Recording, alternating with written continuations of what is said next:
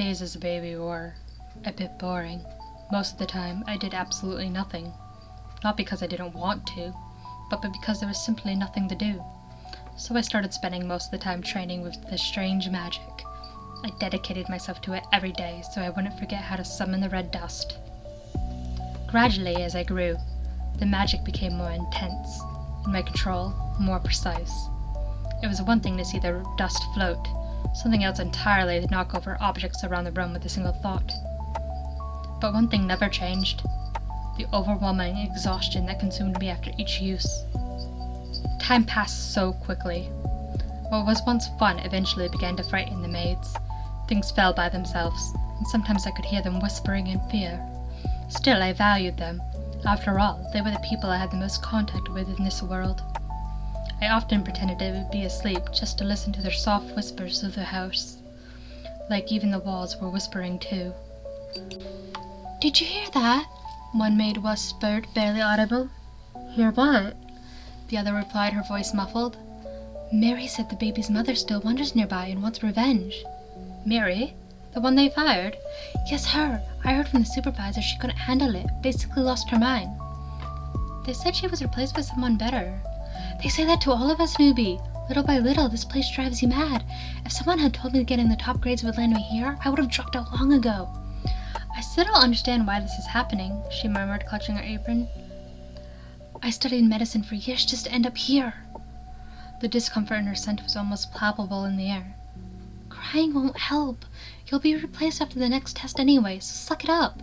We're not like Mary, who had to stare a demon in the eyes." "Shh! We'll be killed if anyone hears that." "You gonna rat me out, newbie? Knowing too much sends us both straight to hell." The newer one lowered her head, and I already felt sorry for them. After all, Riskai had brought the best pediatricians in the Empire to care for me. The top-ranking newcomers became maids. The experienced ones became supervisors. But all of them, without exception, looked like they were one step away from death or madness the moment they set foot in this mansion. And that was his fault. His very existence. When the maids left the room, I slowly opened my eyes. I was nearly 2 years old now, so my expressions were a bit more controlled. Even though I had encountered the demon a few times, he hadn't interfered with my growth again. Something I still doubt was real. Just the old man's gaze sometimes made me want to soil my diaper. What disturbed me the most, however, was the absurd sense of safety my body insisted on feeling around him. An instinct that usually made me fall asleep whenever he wasn't directly staring at me. As I thought about it, I was already moving. I opened the crib bars easily, like it was part of a daily ritual, silent and familiar. I climbed down backwards, feeling safer that way. After all, I was still a fragile baby. My tiny feet touched a soft carpet. Walking was still hard, so I crawled towards the door. I pressed my ear against it, alert. Outside, I could make out 2 breathing patterns. Soldiers. They were stationed here to protect me, but to me, they were just another obstacle. It would have been much easier to escape if they weren't there. My desire to see outside grew stronger each day, fed by the insatiable curiosity and this constant feeling of imprisonment. Being locked up in this mansion felt like living in a retro museum where technology was a forbidden subject. They never let me leave, and anything remotely modern was treated like contraband. I remember when one of the maids almost got arrested for bringing a digital thermometer. Thoughts swirled inside my hazy. I felt far too anxious for a body this small.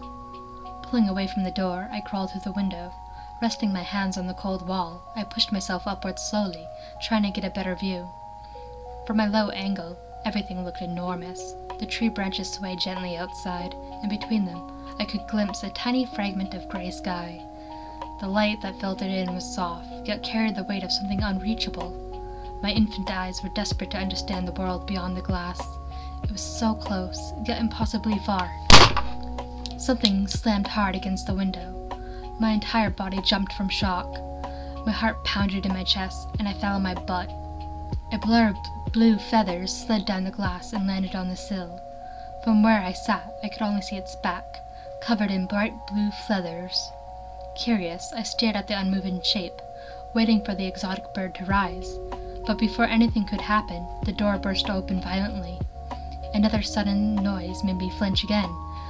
Heart racing like it wanted to escape, I even lost balance and fell to the floor, The guards rushed in, a flurry of footsteps, and shouted orders, scanning the room as if expecting to find an assassin hiding among the toys. I was scooped up firmly, pulled away from the window as if it were more dangerous than I imagined. And that's when I got a better look at the thing on the sill. It wasn't a bird. The realization froze me. It was a robot. A machine mimicking a bird down to the smallest detail.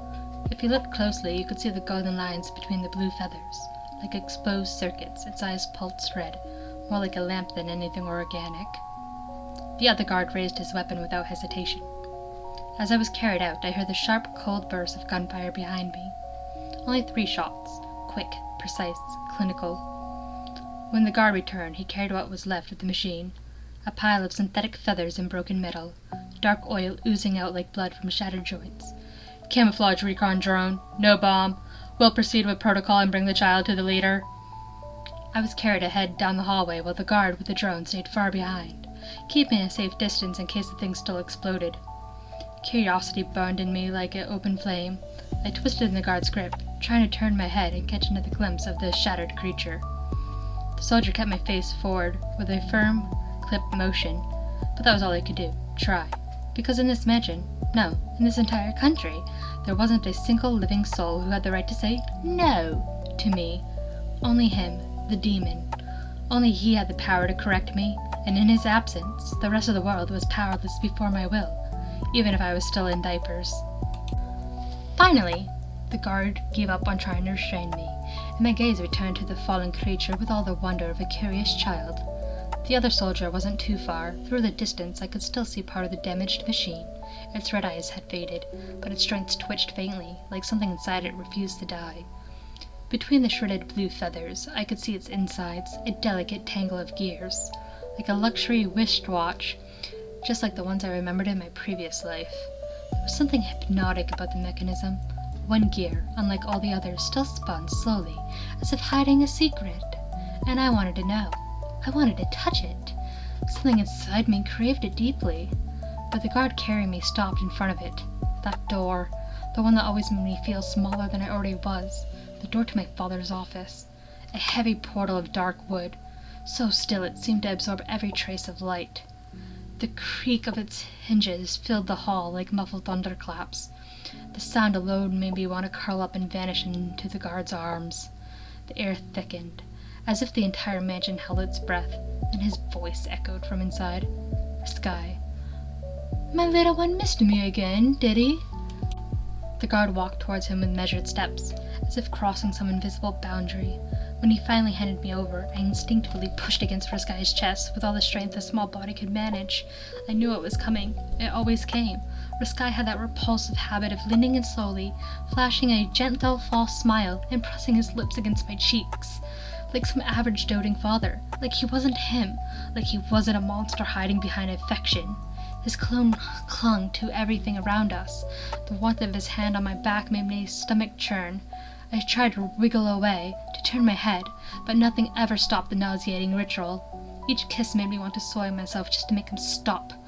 When he finally stopped those vile kisses, the guard who had brought me, still bent in reverence, like a statue frozen in time, lifted his head slightly and spoke, his voice strained and controlled. A drone was captured at the young ear's window. The other guard stepped into view, standing in the open doorway with the mango drone in hand, but he didn't come inside. What type? Sky asked, his tone suddenly cold, all previous affection evaporating and chilling the room. Gearwork spy drone. No explosives. Internal film. I focused on the drone, trying to forget whose lap I was sitting on. The barrier should have fried it. Mostly bone gears. There's an iron coating, sir. The barrier mistook it for organic. The guard replied, still holding the drone. Interesting. So, why is it still so far away? It may contain dangerous chemicals, sir. I stared at the thing like it was candy. If it could kill me quickly and get me out of this place, I wanted it. I reached for it like a normal baby would for a toy. Seeing this, my father said, Bring it here. You must be new. Let me teach you something, young man. Do you really think my beautiful barrier wouldn't have the latest modules? Nothing truly dangerous gets through without my permission. The soldier approached in ritualistic silence and set the mechanical bird on the table, right in front of Sky and me. The soft metallic thud sounded like a whisper of dying gears. My eyes were locked on the broken creature. I even touched it, a little sad that it couldn't kill me. I was so absorbed in the fascination, drowning in that childish desire to dismantle, understand, and uncover, that I didn't even notice the 2 guards beside the door, kneeling with their foreheads pressed to the floor in silent supplication.